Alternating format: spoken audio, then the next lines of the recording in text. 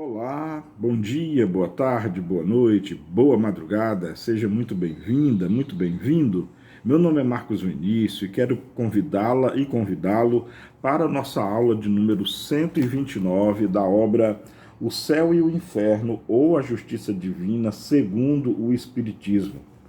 E na aula de hoje, que aula interessantíssima! Aliás, esse último capítulo tem nos concedido assim aprendizados maravilhosos também. Hoje nós veremos a história de um doméstico. Está intitulado assim mesmo, a história de um doméstico. Está no capítulo 8, né, obviamente, segunda parte, né, do livro O Céu e o Inferno, o capítulo 8, a história de um doméstico. Numa família de alta classe, havia um doméstico muito jovem, cuja figura inteligente e fina nos tocou pelo seu ar muito jovem, de distinção. Nada em suas maneiras exalava a baixeza. A sua solicitude para os serviços dos seus senhores nada tinha dessa obsequiosidade servil própria das pessoas dessa condição. Ou seja, aqui não é questão de preconceito de classe, não, tá? Mas é aquele fato de que é muito comum que às vezes o empregado, a empregada, ele tem aquela relação de serviência para com seus patrões, mas mais por obrigação, claro. Mais por obrigação, não é aquele desejo de servir. É óbvio que existem exceções, mas na grande maioria das vezes está ali pelo dinheiro mesmo, como é comum na quase esmagadora totalidade dos trabalhos, né, dos empregos. Infelizmente está-se ali porque você precisa do dinheiro e não por amor ao que está fazendo. Eu não estou julgando, por favor, eu não estou julgando, cada um sabe de si, fica aí para quem está me vendo e ouvindo, analisar a sua própria situação, né? O emprego que você tem, seja ele qual for, o trabalho que você executa. Você faz por amor ou se levanta todo dia para o trabalho porque é a obrigação, é o dever e tem contas para pagar no fim do mês, tem responsabilidades. Cada um julga a si próprio. É só isso que eu gostaria de comentar, tá? Bom, e aí ele continua.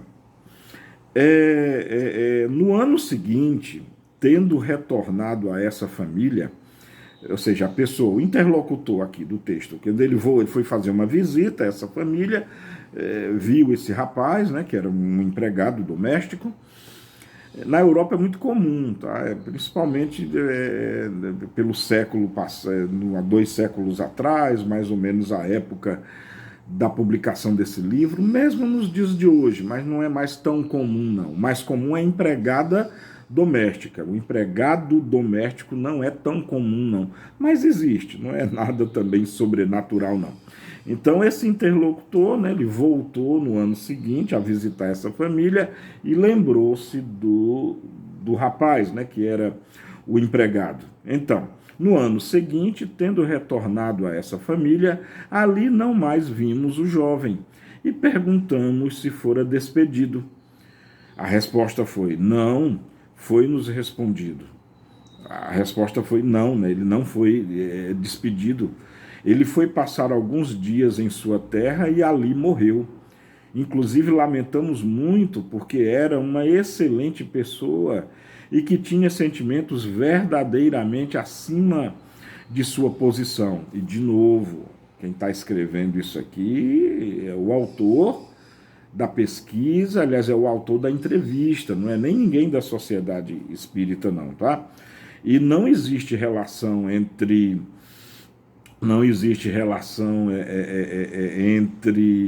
entre sentimentos e posição. Você pode ter a posição mais baixa considerada pela sociedade e ter sentimentos nobres.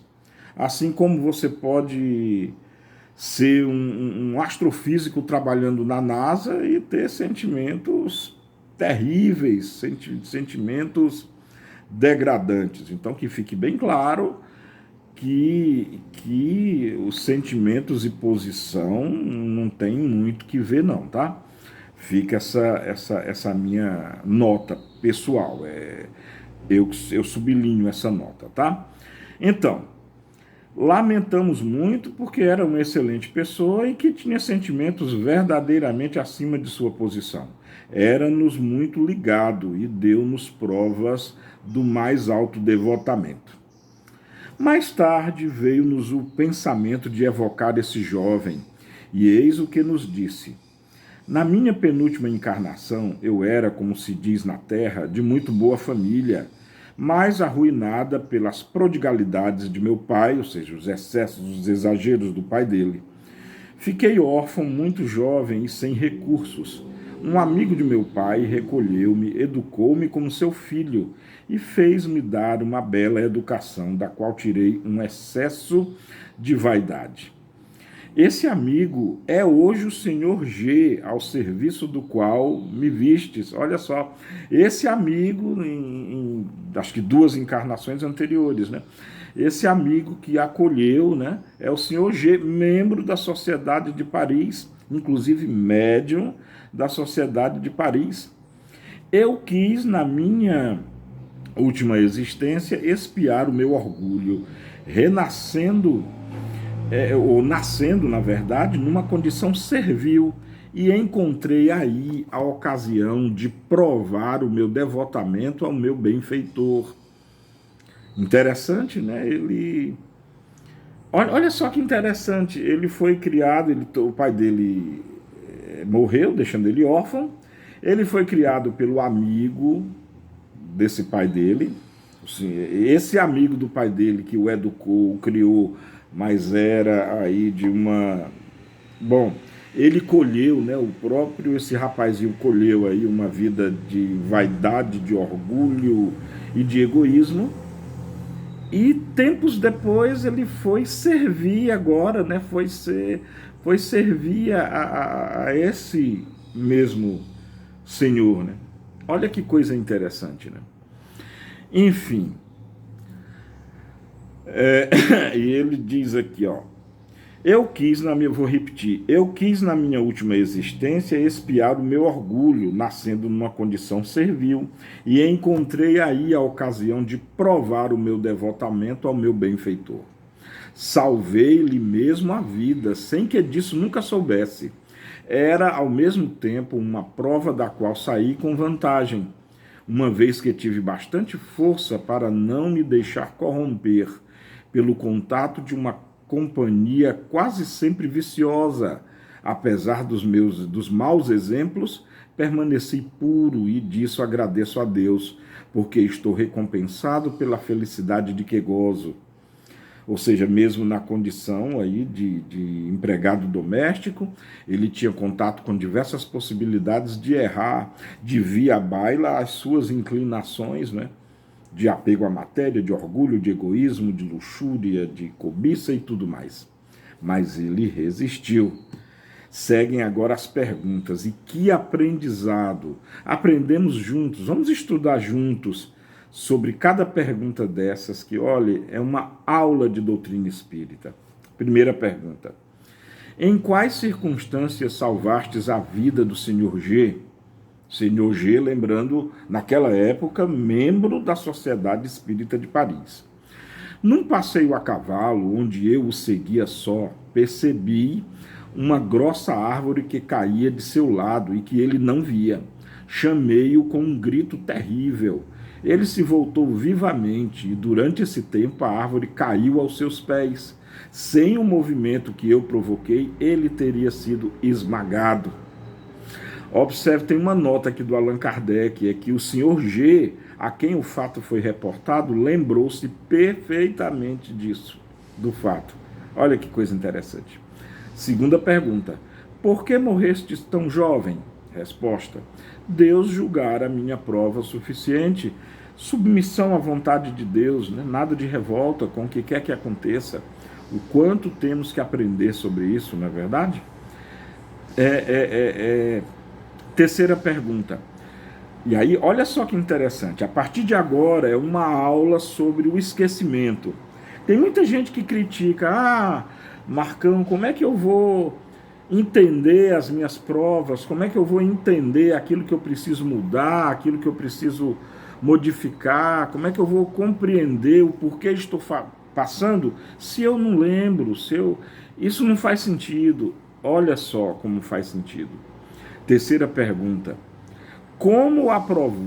Olha só, como aproveitastes essa prova, uma vez que não tinhas a lembrança da causa que a motivara? Olha só, e olha que resposta. Na minha humilde posição, restava-me um instinto de orgulho que fui bastante feliz em poder dominar, o que fez com que a prova me fosse aproveitável. Sem isso, estaria ainda por recomeçar. Meu espírito lembrava-se em seus momentos de liberdade, ou seja, durante o sono físico, por exemplo, e ficava-me disso ao despertar um desejo intuitivo de resistir às minhas tendências, que sentia serem más. Tive mais mérito em lutar assim do que se me lembrasse claramente do passado. A lembrança da minha antiga posição teria exaltado meu orgulho e me perturbaria, ao passo que não tive que combater senão os arrastamentos de minha nova posição.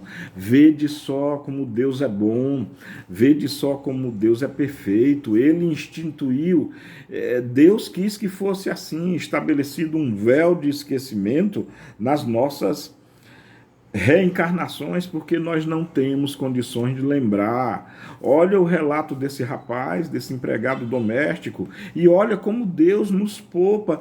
Eu me lembrei agora do que Jesus disse, na vez que Jesus diz assim: vinde a mim, que sou brando e cujo meu jugo é leve. Olha como Jesus alivia. Olha o relato aqui do espírito desse rapaz. Ele dizendo que, olha, eu só tinha que resistir às minhas inclinações, porque se eu lembrasse do passado, além disso eu teria que combater o orgulho, teria que combater a minha agonia, teria que combater o estado de lembrança de tudo aquilo que eu já tinha vivido, das pessoas que eu estava convivendo agora e sabia quem elas eram. Seria muito mais difícil, muito mais tormentosa essa, digamos assim, essa convivência. Então, todos aqueles e aquelas que dizem não entender e não achar justo o esquecimento, não sabem o que estão dizendo. É preciso refletir e entender que Deus é perfeito. Na dúvida, se você não entendeu mesmo, entende uma coisa: Deus é perfeito. Você pode não entender, mas Deus faz o que é perfeito. E se Deus quis que esquecêssemos do passado na atual reencarnação, é porque Deus sabe que isso é bom, Deus sabe que isso é útil. Bom, sigamos então na quarta pergunta. Recebestes uma brilhante educação, para que isso vos serviu em vossa última existência, uma vez que não lembrais dos conhecimentos que adquiristes. Lembrando que na encarnação anterior, antes dele ser um empregado doméstico, ele recebeu uma educação, ele era um jovem culto.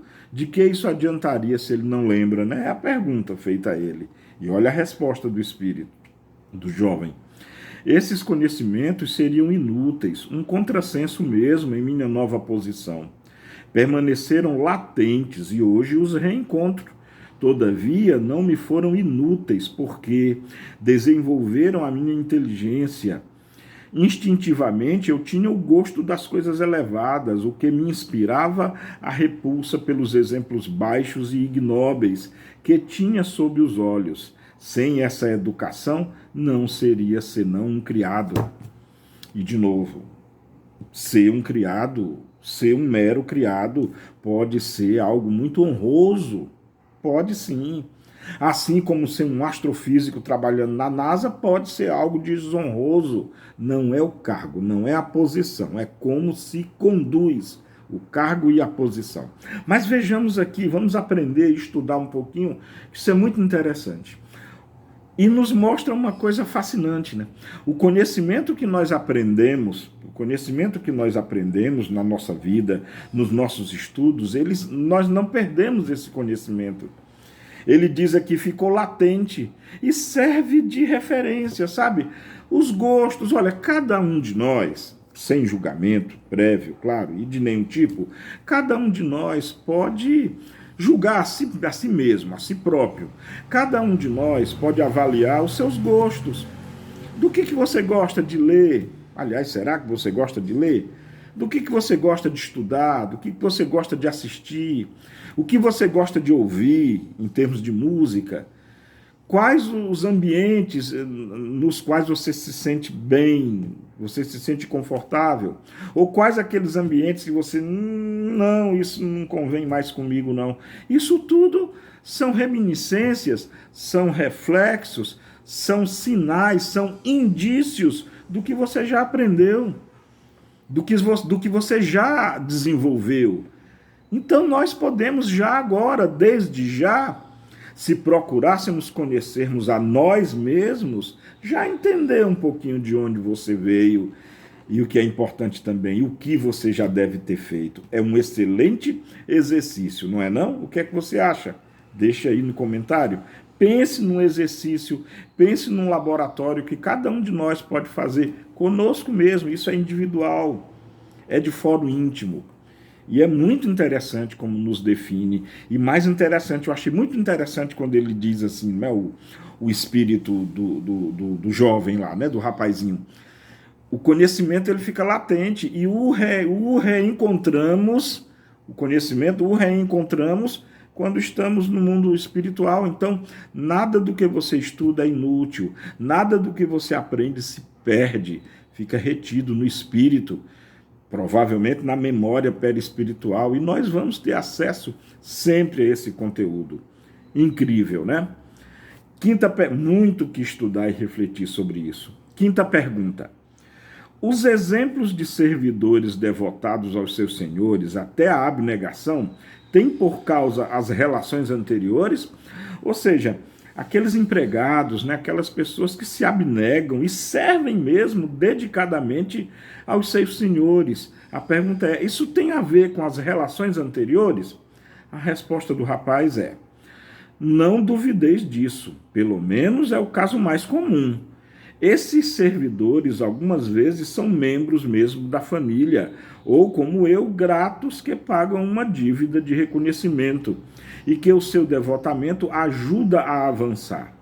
Não sabeis todos os efeitos de simpatia ou antipatia que essas relações anteriores produzem no mundo.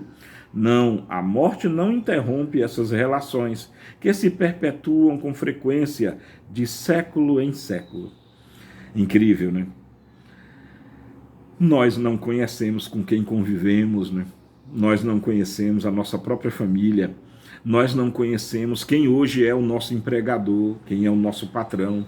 Ou se alguém for o patrão, não é o meu caso, né? Não é o meu caso, eu não sou patrão. Mas quem é patrão não reconhece o seu empregado, né? Já paramos para pensar das relações de convivência anterior que pode ter havido entre patrões e empregados, que pode ter havido entre pais e filhos, entre cônjuges, e aí vai ao infinito. Minha nossa, gente, tanto que aprender, tanto que refletir sobre. Bom, segue a sexta e última pergunta. Por que esses exemplos de devotamento de servidores são hoje tão raros, né? Esse devotamento tão raros. E olha só que interessante a resposta. É necessário disso acusar o espírito de egoísmo e de orgulho de vosso século, desenvolvido pela incredulidade e pelas ideias materialistas. Parece até que ele podia ter escrito ontem, para esse século, o materialismo não está aumentando? O apego à matéria, a busca desenfreada por dinheiro e por poder, a busca desenfreada pelo ter em detrimento do ser. É por isso que eu digo que tanto a mediunidade, minha opinião, tá? É grifo meu, tanto a mediunidade quanto a sensibilidade e a percepção de um mundo além desse tem diminuído muito porque as pessoas simplesmente têm se afastado em vidas mais artificiais, em vidas somente correndo atrás de metal, de dinheiro, de ouro, de cartões de créditos, e vivendo uma vida totalmente materialista, totalmente apegada à matéria, e aí a beleza do mundo, além desse mundo, se perde, né? Nesse mar de futilidade, nesse mar de interesses que, lembrando Jesus Cristo, deveriam estar em segundo plano, pelo menos em segundo plano, mas não, nos arrastamos por outros vieses, mas cada um sabe de si, né? E o Espírito continua, ó, a fé verdadeira se vai pela cobiça e o desejo de ganho, e com ela os devotamentos. Olha só, eu falei aquilo que eu falei agora e reafirmo e sublinho embaixo, mas eis aqui o próprio Espírito, relatando isso. E aí ele diz uma coisa bonita para nós que somos espíritas, e para todos, crentes ou não, mas que tem no coração o desejo de melhorar, né? E ele diz assim, o Espírito encerra comunicando o seguinte: o Espiritismo, conduzindo os homens aos sentimentos da verdade, fará renascer as virtudes esquecidas. Isso aqui foi publicado há mais de um século e meio atrás. Como é que você acha que está hoje?